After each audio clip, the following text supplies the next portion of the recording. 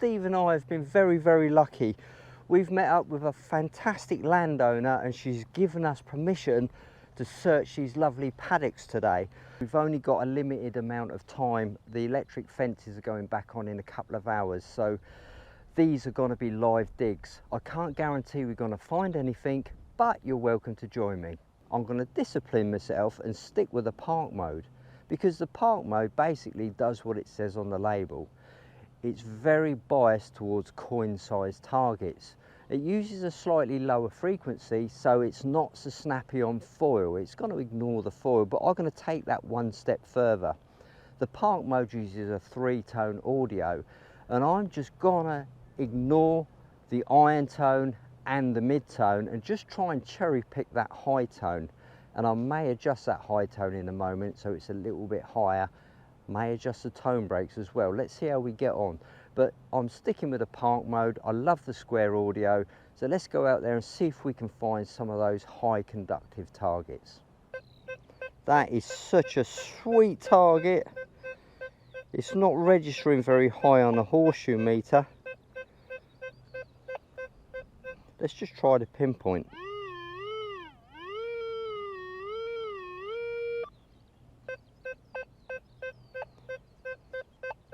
I know I was going to ignore those mid-tones, but I think that one's so sweet, I've got to have a look at it, haven't I?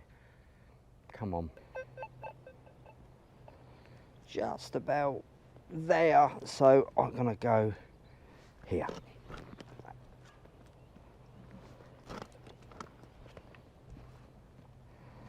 I think that would be enough. God, look at the size of that stone.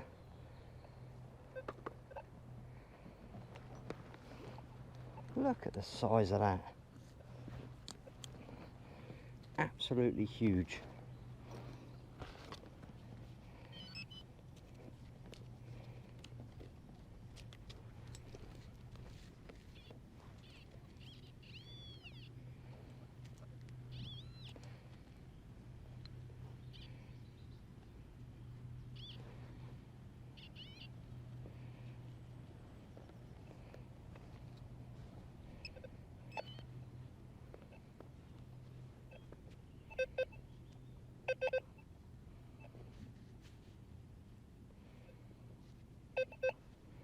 There you have it, lead. Let's go for those high tones, guys. Let's go for those high tones. Okay, now listen to that audio and look at those numbers. Now personally, I'd like a nice higher tone on this, so I'm going to make just a couple of small adjustments to this park program. First of all, I want to lower the tone breaks, and then I want to raise the third tone so it's a bit higher. So here we go, menu, reactivity 2. Let me start off by showing you the changes I've made before I've even started. So quiet piece of land, I've gone from 2.5 down to 2. Sensitivity, I've gone from 90 to 95. That's all I've done there. So now I want to mess around with the tones a little bit. So I'll go into disc, expert, 3 tones, expert. Tone 1 is 100, that's no problem. Let's go down 1. Tone 2 is 518. I can live with that. But can you see on the right there, tone break is 72. I kind of want that to be a little bit lower, so the higher tone comes in a bit earlier. Say, let's say 67.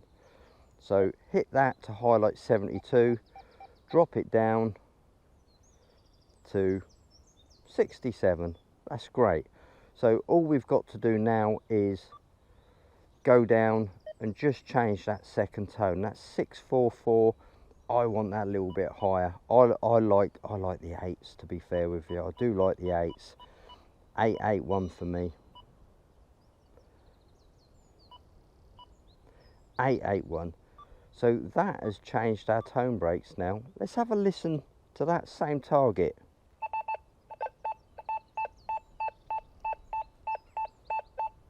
And we're using the square tone, don't forget.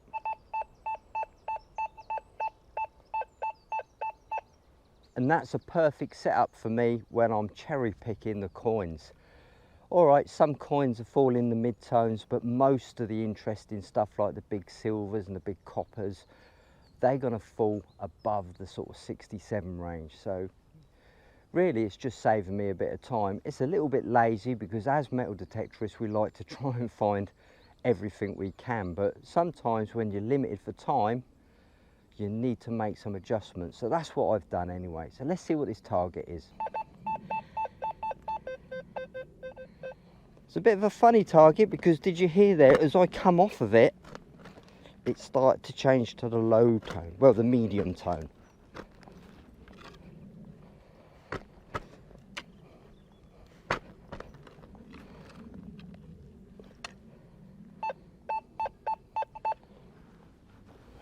As you see there, I'm using a narrow flange spade because there's lots of stones in this area, and the narrow flange cuts between the stones really easy. But the disadvantage is it's very easy to damage a coin.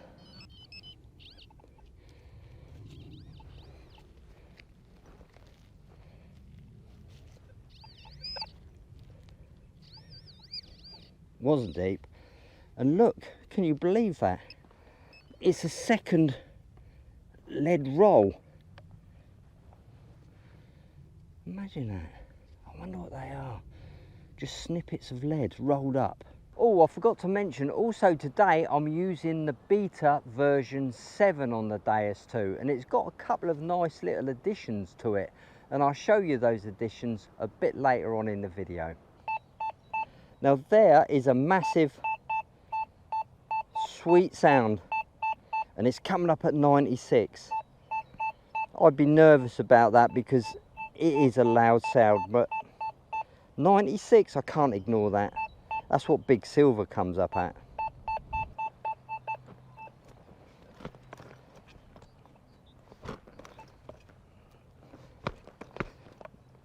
This is going to be a massive silver coin, massive silver Victorian coin or something,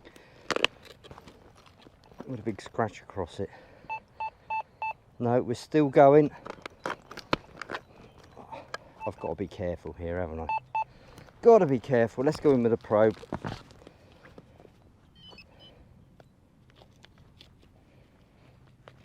Right, let's spend a little bit more time pinpointing this and getting it exact.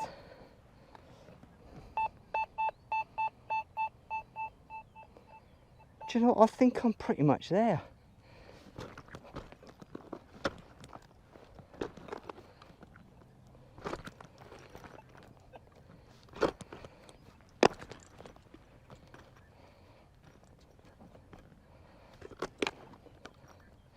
There it is, look.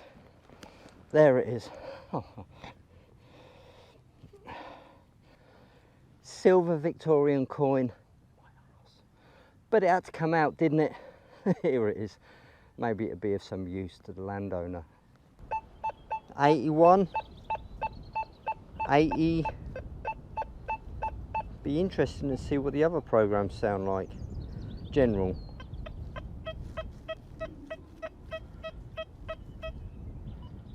Sensitive.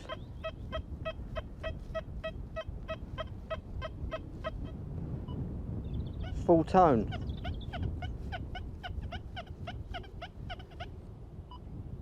Fast.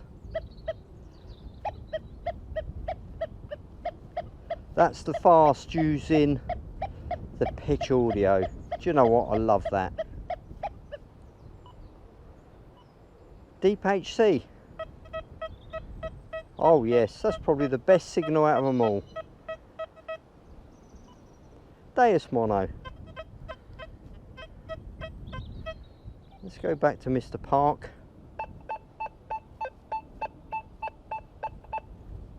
Time for a dig.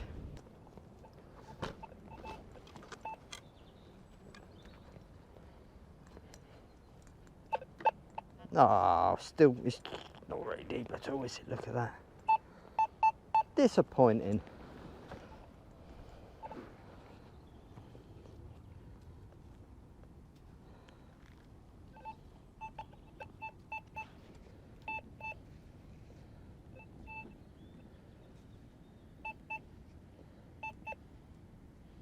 It's a tiny one.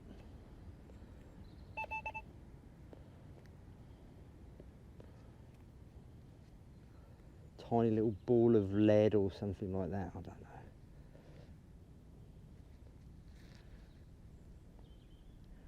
No idea what that is. Now here's a way of visually telling whether a target's deep or shallow. Okay, you can normally tell that by the audio sound because the deeper targets are generally quieter. But if you see the horseshoe, the non-ferrous horseshoe on the right there, as you saw earlier, the little deep ones were just greying that out. Whereas I've got a shallow target here, so we can see what happens when we go over a shallow target. Watch the horseshoe.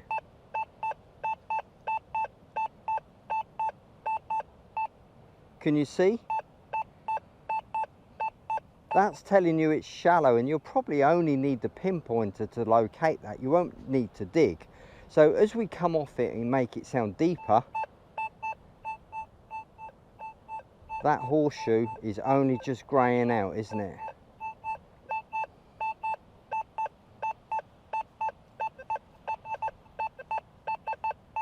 Interesting little tip there, maybe you can use it in your detecting. Like I say, I'm just trying to cherry pick those high tones now, just to maximise my time in the field, because we've only got a couple of hours, and it'd be nice to just give something back to the landowner, wouldn't it?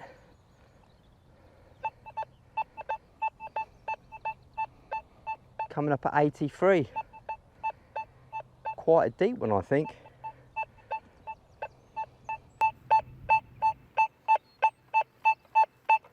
Don't sound bad, does it? Let's have a little look at the other factory programs. General. Sounds good. Sensitive. Sensitive full tone. Oh yes. And this is what the fast sounds like with the pitch audio. Don't forget that's in square tone as well.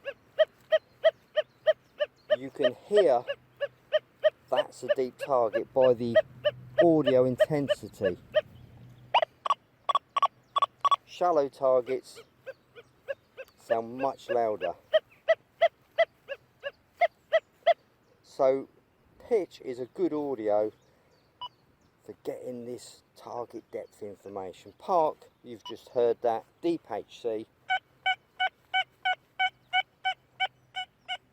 Yeah, that's definitely put some power into the signal. Deus Mono, this would be an interesting one. Yeah, gets it pretty good.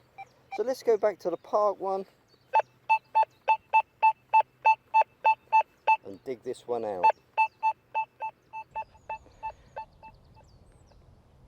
Here we go.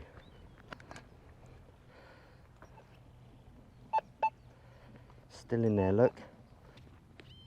Straight down the bottom, look.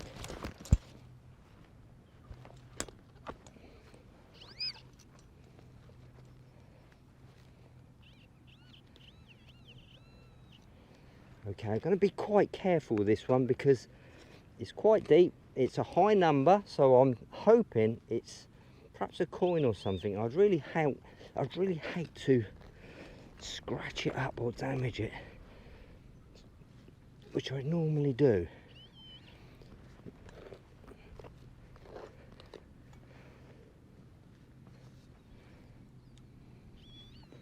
Wow, still down there.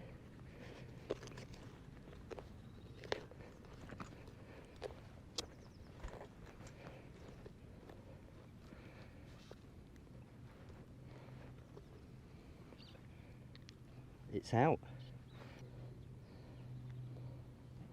There it is, can you see it? Just on the edge there,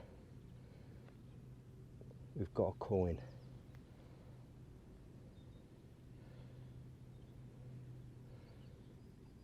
Fantastic. And that was a deep target. Look how deep that was. And did you notice there that all the factory default programs got that target without any problems? So you know, you hear these things on social media, oh, the dais isn't as deep since the update, blah, blah, blah. I'm not arguing with that fact. If that's what you think, fair enough. But what I'm finding here in the field, it's going just as deep as it did before. Maybe it's the land, it's EMI, you really don't know why a signal would be contaminated. I've seen some videos where people are doing head-to-heads, and you can clearly see that one machine is affecting the other, and in turn it's tainting the audio signal.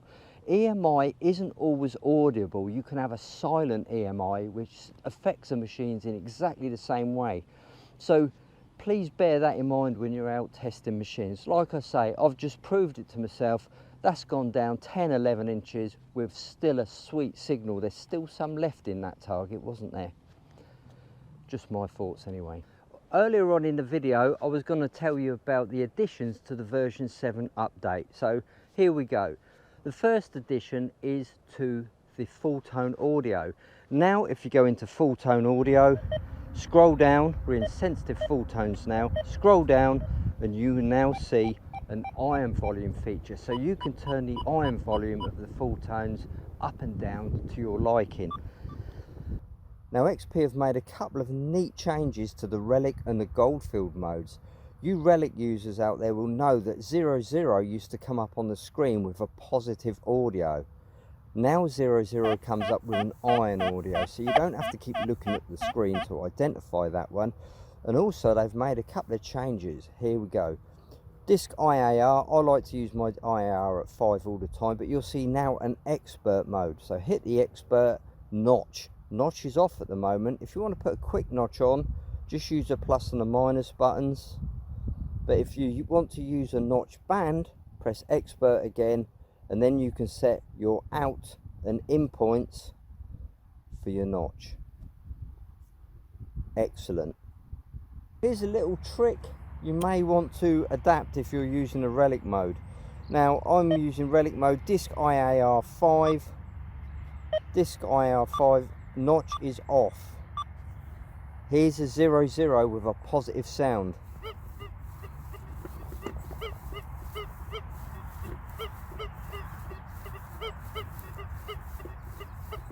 Now to get rid of that, all I have to do is go into expert, just turn notch on. I don't have to make any adjustments.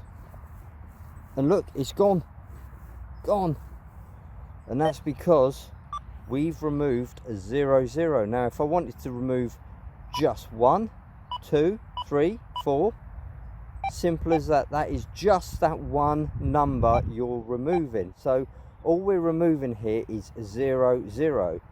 Now if I turn notch off,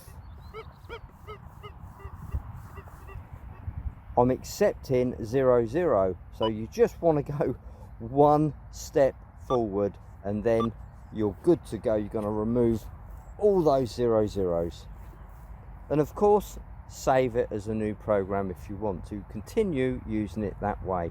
00 on the screen falls under, I think, a different range of targets. It's almost the machine saying, I don't know. So sometimes 00 will be, as a default, giving the iron tone, but if it gives a positive tone for some reason on certain targets, then don't be frightened to just turn that notch on, so 00 is then rejected.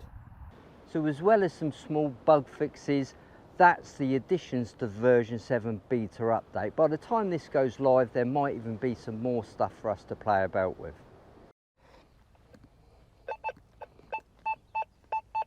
Nice little 75, 76 there.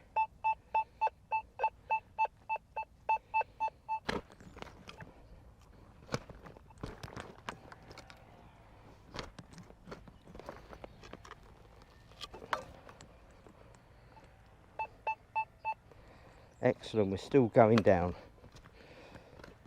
It's always a good sign.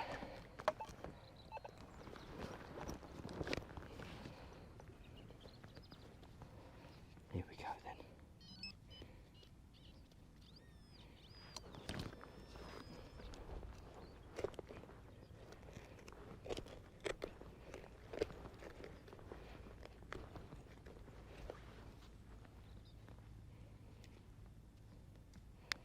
Apparently we're out.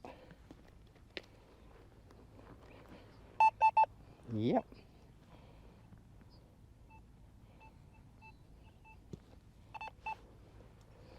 Okay, let's not mess about. Here we go, nice bit of history there. It is indeed a musket ball. Look at that. Lovely. And I think on that note, guys, I'm going to end this video because the rain is coming in. We're going to get absolutely soaked. Got no wet weather gear, obviously, because we're amateurs. So I hope that's given you a little insight into the park program. I think for you guys over in the US, where you're just coin shooting the big silvers and stuff like that, it's going to be worth trying. Of course, you can tweak it, tweak that audio, tweak that reactivity a little bit to suit your fields. But overall, it's quite a well-behaved program, and I think it suits its purpose. It's good for coin shooting. So, without any further ado, I'm going to get off, get a cup of tea, and hide from this rain. Thanks for watching, everyone. Bye for now.